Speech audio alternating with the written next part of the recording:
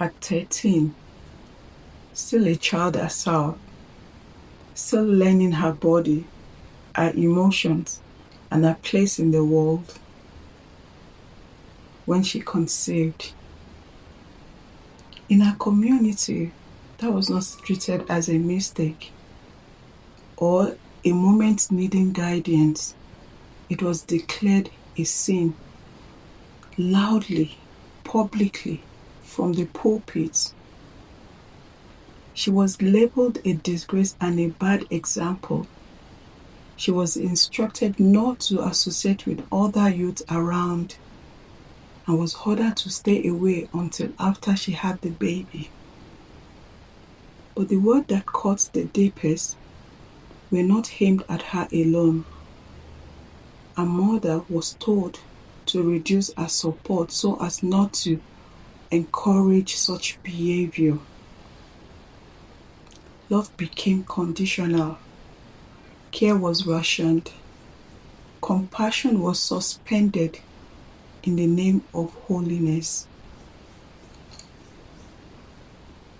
Her mother, in a state of confusion, overwhelmed by fear, by shock, by shame, was suspended from all church duties. She was punished for standing too close to her only child. In one moment, both mother and daughter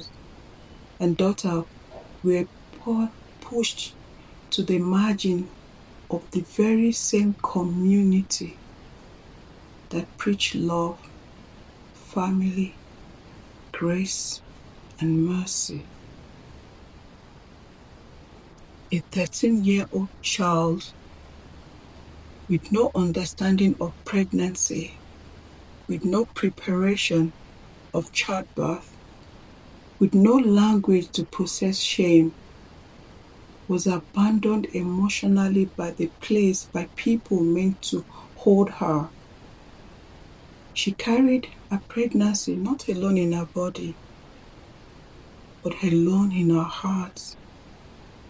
She carried guilt, shame that was never hers, shame that was handed to her daily, and silence where guidance should have followed. There were moments in her life when she felt like giving up, when life felt unbearable, moments when she did not want to live anymore. Not because she was weak, but because she was isolated. Still, she survived. She survived until her due date. And when the baby arrived, joy did not follow. Pain did. Resentment did. Emotional distance. Her body had endured trauma. Her heart had endured rejection. No one taught her how to bond, how to nurture her only child. With no support or model, she formed the only understanding she could manage, that babies grow as long as they are fed. That became a definition of parenting, not from cruelty, but from emptiness.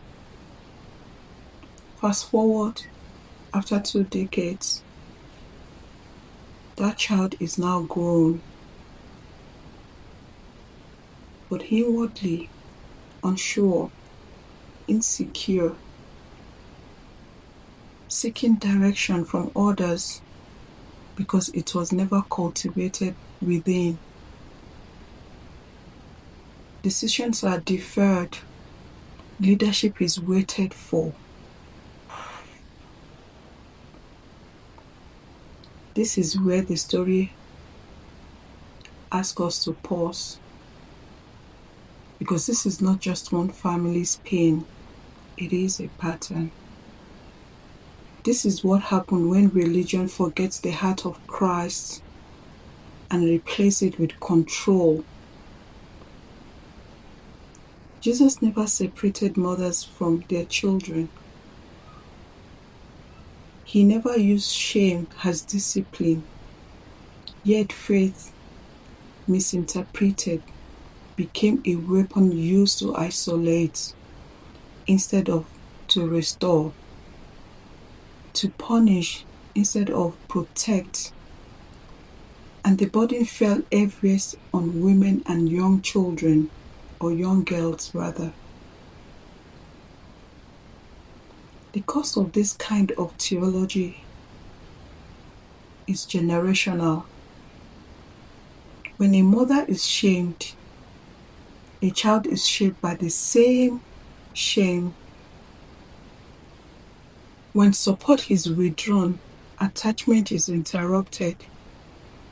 And when love became conditional, the nervous system learns fear instead of faith. And how do we heal this?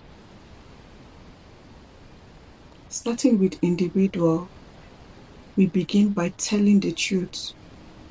We name what was wrong, even when it happened where we call God, in the places where God is being called. We separate God from harm done by people who misuse His name. Telling truth is not rebellion, it is the beginning of restoration. And within families, healing means releasing blame, especially towards mothers who survived the best way they knew. It means learning to reparenting gently, with patience, with presence and repair, allowing understanding to replace accusation. And within communities, healing requires rebuilding spaces where pregnant girls are protected, where they are not shamed or being hidden, where mothers are supported, not suspended, not shamed, where restoration replaces punishment, and where grace looks like staying, not sending away.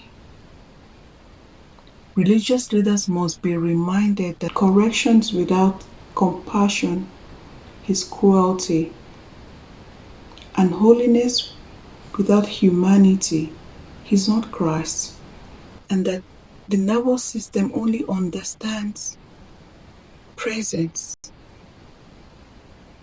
At the heart of this story is a single truth. No child should ever be punished for the way adults handle their pain. No mother should ever be shamed for needing support. And no faith should ever separate the love that was meant to hold together. This story is painful, but it's not hopeless. Because understanding interrupts cycles. And compassion, real compassion, can still heal what shame tried to destroy. If this story stirs something deep within, it is because the nervous system remembers. And remembrance is a first step towards repair.